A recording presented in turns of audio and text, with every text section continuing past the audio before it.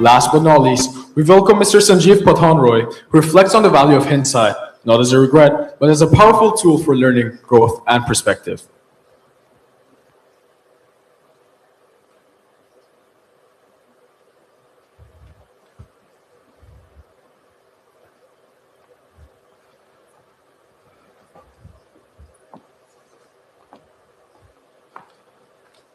Amazing speakers, amazing perspectives. It's still sinking in. Wow.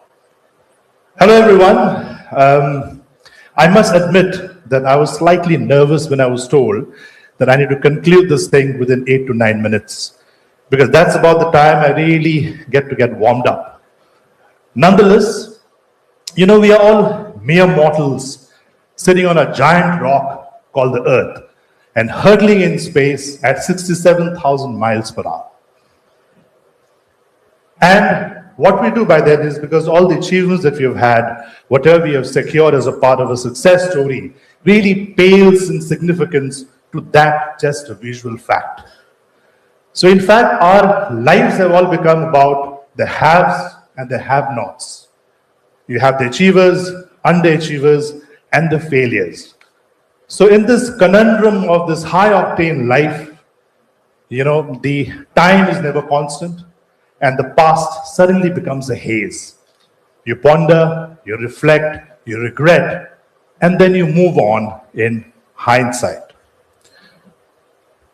So hindsight is a beautiful thing. It is the catalyst that really reveals your oversights of the past and creates the most critical components, your insights, and then the real perspective which you have as a foresight that really helps you going forward in making the right choices. Hindsight is also about what if and why me post-mortem scenarios. Unfortunately, you cannot go back to your past, change your choices, change the consequences that have followed because of the choices that you have made in the first place. You have to take it in, accept it, unlearn, relearn, and then move forward. So whilst the present is to be lived, the future is to be planned for, the past is to be learned from. In my perspective, life is 10% what happens to us and 90% how we react to it. Just think about it. The best of plans didn't survive COVID. The best of your top graders do not necessarily become CEOs or founders. The best of your music artists really succumb to the dark side of fame. The best of your unicorns and the billionaires club are all mavericks, misfits, eccentrics, and we are mostly laughed at by everyone in the past, in hindsight. And the most wealthiest, yet not the most educated, they employ the best of global brains. It is a funny world, isn't it? And why does that happen? It happens because there is no linear path to success. It is a combination of all our unique journeys coming together to shape and define what you finally become. Correct? Now, if you look at a recent research study done in UK on hindsight, what they figured was they revealed that most of the people would like to go back to the past and try and change the choices with the intention to really make amends to moving forward. In psychological terms, it's called as hindsight bias, which means unconsciously we go with the belief that I know it all along, right? So then what happens is it gives way to 3 frameworks called memory distortion, inevitability, and foreseeability, because you operate on the misconception that, hey, I've taken a particular action or a choice and I know pretty well how it's going to shape up. That is a misconception that you'll realize as you go through. Now what happens is, now this phenomena happens because as an individual, we generally overestimate our ability to be able to predict the outcome of our actions. And when that happens, it operates on 2 dimensions. One is you are looking at a self-service motive. You use hindsight to protect your ego, to blame yourself for not being able to anticipate the outcomes better as you should have. but concurrently, you feel superior for having known it all along.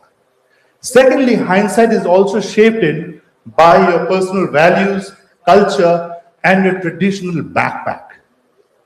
And your traditional backpack is nothing but your past baggage. So when you put things in your backpack and you're not able to offload certain things, you are not relearning, unlearning. So you're not moving forward. If you keep doing the same thing and expect a different outcome, it's not reasonable, right? So let's try and decode the hindsight from the perspective of a sponge or a sieve.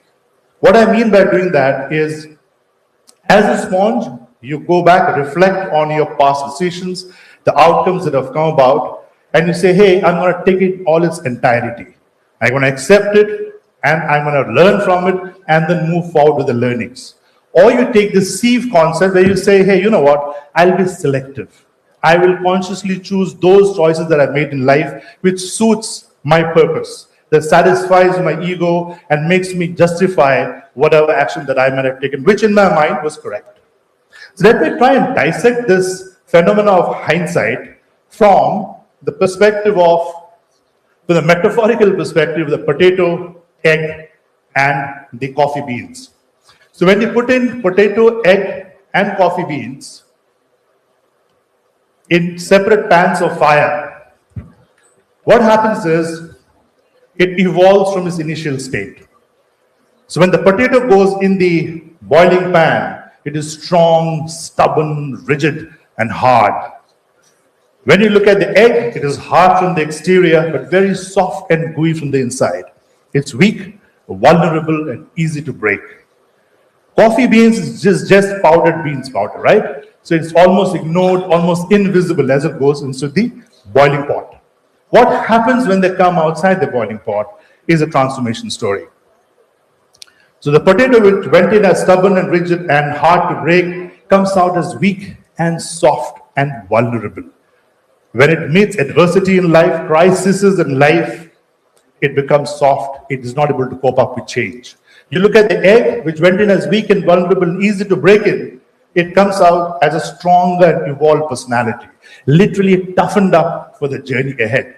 It learns to survive. Coffee beans is a revelation. It spreads an amazing aroma, gives instant energy to the people who are having it, and instantly becomes most wanted. So depending on what you went in as and what you came out as is a remarkable journey of transformation. Let me try and decode this hindsight phenomena through my own lived experiences.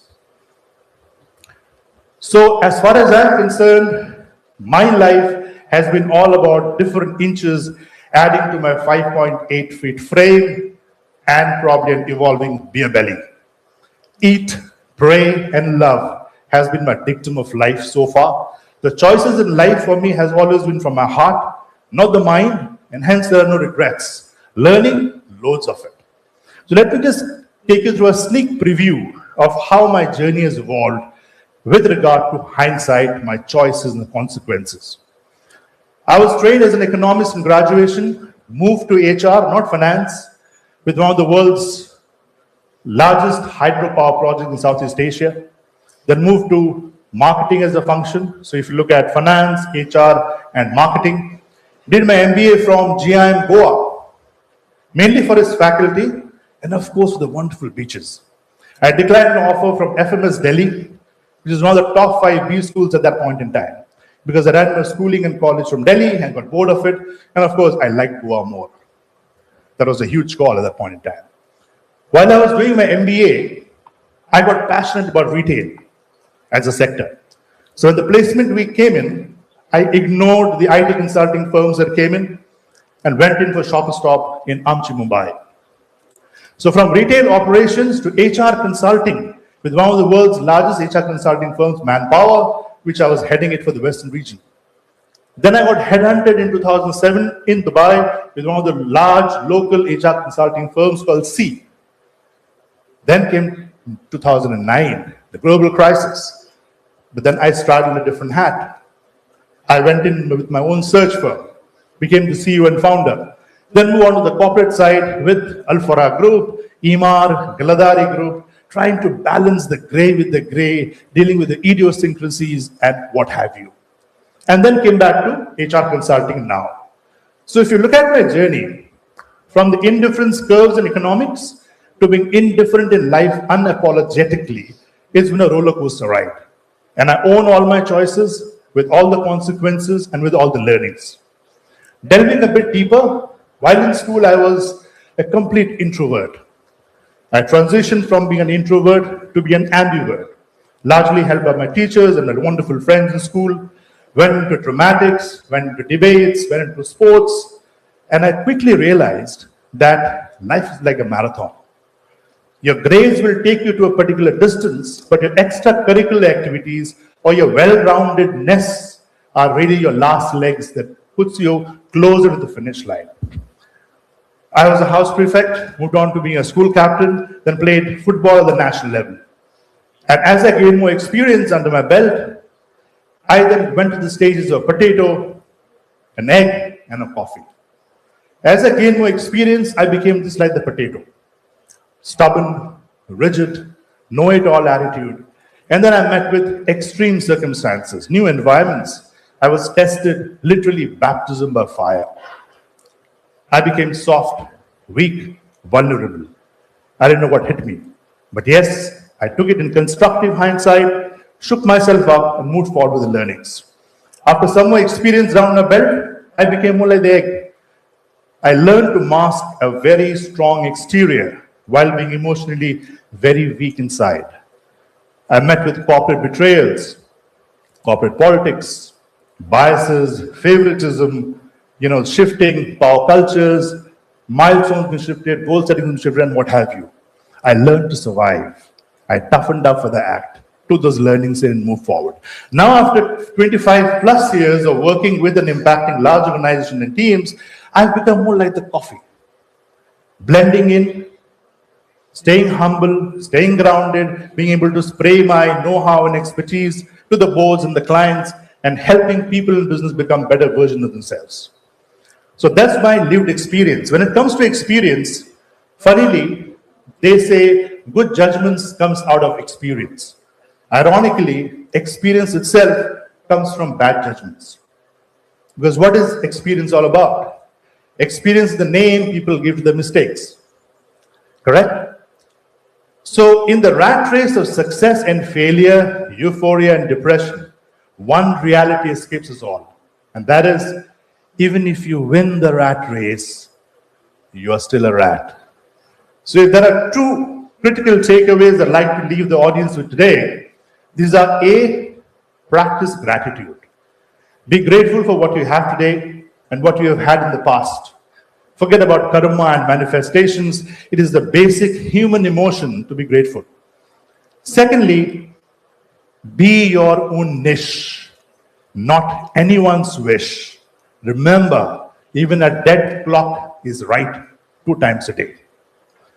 So as you move forward in the cuisine of life, you will go through this potato, egg, and coffee syndromes.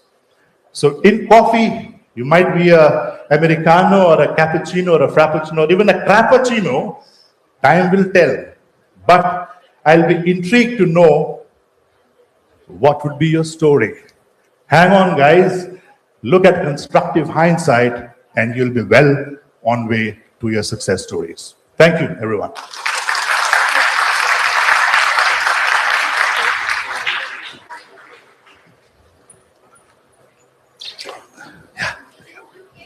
Thank you, Mr. Roy, for such a reflective and meaningful closing talk. Your words remind us that growth doesn't come from avoiding the past, but from learning to engage with it thoughtfully and intentionally.